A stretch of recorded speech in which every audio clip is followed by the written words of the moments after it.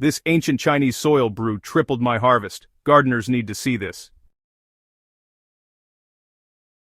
If you've been following Soil Sage Chronicles for a while, you already know I love putting old gardening wisdom to the test, especially the kind of wisdom passed down for centuries and whispered among farmers who seem to grow magic out of the ground. This season, I decided to take a leap into one of the oldest natural soil boosters known across Asia, a fermented plant extract similar to what many call FPJ, but with roots in ancient Chinese agricultural methods. I didn't expect much at first. I figured it would be like any other organic input, maybe slightly greener leaves, maybe a little boost in growth, but by week 3, I found myself standing in the middle of a garden that seemed determined to outgrow me. New shoots exploded upward, leaves were bigger, richer, and firmer, fruits set earlier and heavier, and the soil, oh, the soil, looked as if it had suddenly woken up after a long sleep. That's when I realized something important. The real magic wasn't just in the brew, it was in the correct ratios, the proper fermentation, and the methodical way it was applied. Passing accurate information isn't just helpful, it's what turns a recipe into a reliable gardening tool instead of a gamble. So, this article is my full breakdown of how I made the brew, why it works so well, and, how you can recreate the results in your garden, whether you're a complete beginner or a seasoned grower who knows the difference between good soil and great soil at a glance. The first thing to understand is that this brew isn't a fertilizer in the traditional sense, it's more like a living extract, a fermented liquid full of plant hormones, beneficial microbes, enzymes, and, easily available nutrients. Ancient Chinese farmers used versions of these ferments to revive soils, speed up plant growth, and stimulate natural immunity. What makes it powerful is its simplicity. You're essentially capturing the youngest, healthiest plant tissues, extracting their growth energy through fermentation, and returning that concentrated vitality to your garden. But here's the part most people get wrong. The fermentation depends heavily on precise ratios. If you've ever tried making one of these brews and ended up with mold instead of liquid gold, chances are the proportions were off or the mixture wasn't stored correctly. Once you get the method right, though, the results are almost immediate. The plants respond fast because they recognize the compounds in the brew, it's their own language. For my experiment on Soil Sage Chronicles, I used 2 kinds of plant material so I could compare them side by side: comfrey and sweet potato vines. Both are nutrient-rich, fast-growing, and loaded with natural growth hormones. I harvested early in the morning, when plant cells are plump and full of energy. The younger the tissue, the better the ferment. Older leaves work too, but the liquid tends to be weaker. Young growth ferments cleaner and produces a more potent extract. Once harvested, I chopped the plant material finely. This step helps release moisture and speeds fermentation. You want the plant juices flowing so the sugar can draw them out quickly. Gardening misinformation spreads fast, and I can't count how many times I've seen recipes suggesting a handful of sugar or just eyeball it. That's exactly why people end up with spoiled mixtures. So, here are the accurate time-tested ratios I used, and the same ones ancient Asian farmers used long before the internet existed: 1 kilogram of fresh plant material and 1 kilogram of brown sugar or molasses. That's a strict 1-to-1 ratio by weight, not volume. This ensures the plant material is fully preserved by the sugar and ferments safely instead of rotting. The sugar draws out the plant's internal juices through osmosis, allowing natural microbes to take over. Sticking to these ratios is non-negotiable. Too little sugar and the brew molds, too much sugar and fermentation stalls.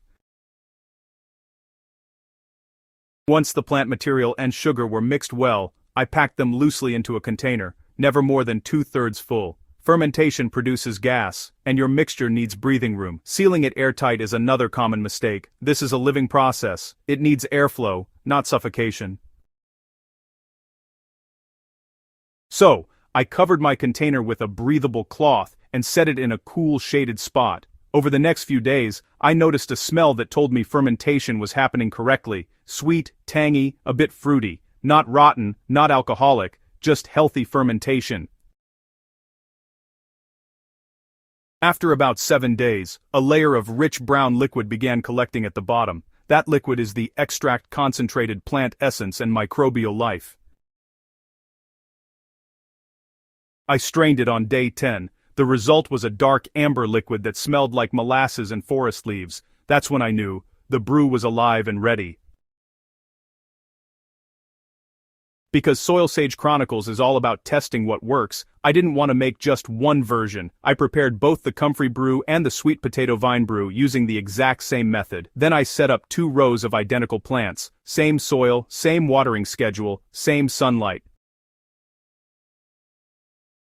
One row received diluted comfrey brew, the other row received diluted sweet potato brew.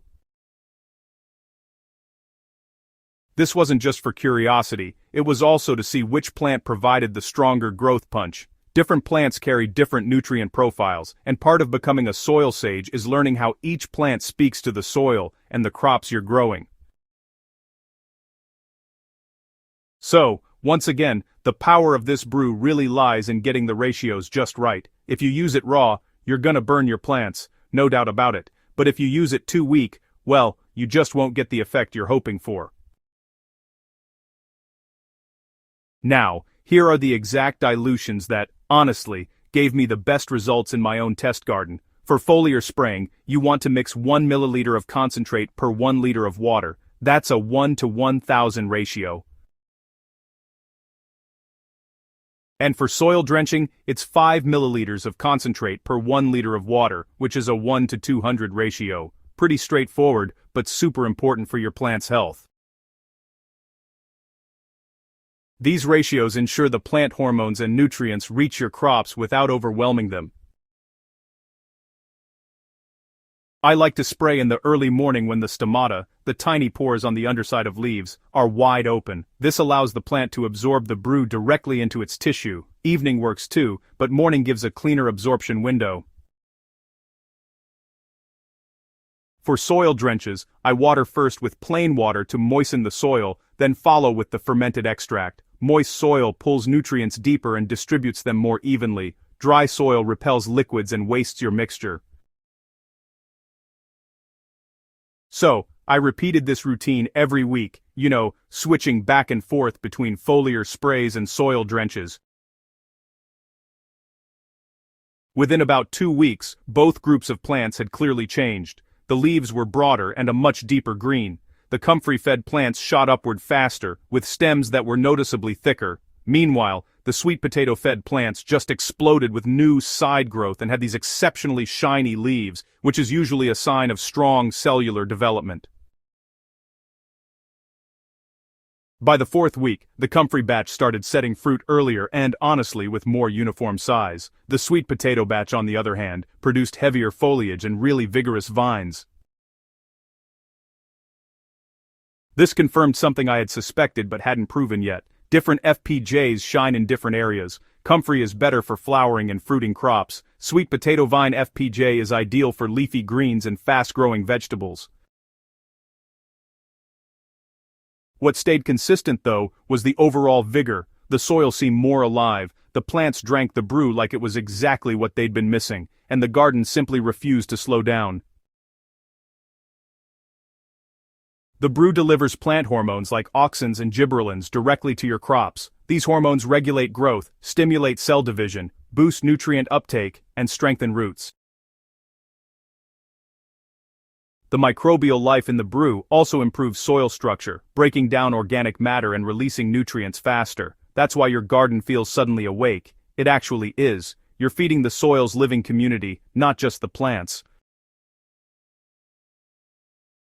This brew is powerful because it works with nature's rhythms instead of fighting against them.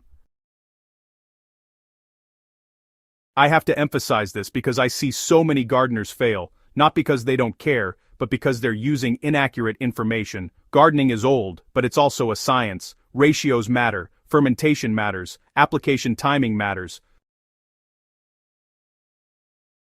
When we share correct information, we elevate every gardener who tries it, but when we guess, we just set each other up for failure.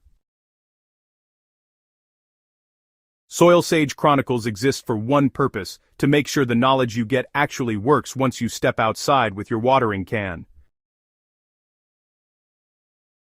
If you've made it this far, you already know this ancient Chinese soil brew isn't complicated, mystical, or hard to master. It's simple, natural, and honestly, incredibly effective when done correctly, and your garden, whether big or small, beginner or advanced, will absolutely show the difference. Try the brew. Test it on 2 parts of your garden the way I did, compare your results, and most importantly, keep learning how soil responds when you treat it like the living system it is. If you found this guide valuable, don't forget to subscribe to Soil Sage Chronicles and share this article with someone who loves gardening as much as you do. The more gardeners who learn the correct information, the greener the world becomes.